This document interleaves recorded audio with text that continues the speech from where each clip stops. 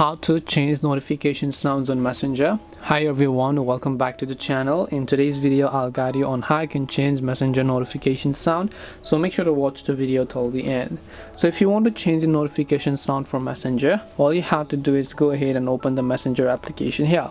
Once you launch the Messenger app, just make sure to tap the three lines option from the top left and then tap the gear icon over here. Then once you tap the gear icon over here, you should be able to see many sorts of details, where what you need to do is simply scroll over here and then you'll be able to see notifications and sounds, and then just make sure to tap on it.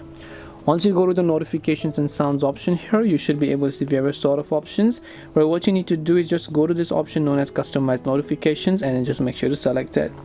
Now once you're here, you'll find the option called sound. Just tap on the sound option. Currently it's set to an app provided sound, so now you can just set this to any of the other sounds that you would like to use for this case, and that way you'll be able to basically customize the notification sound. This way you'll be able to go ahead and customize notification sounds on Messenger. Hope this video was helpful. If you have got any questions, feel free to leave them down. Thank you for watching and see you in the next video.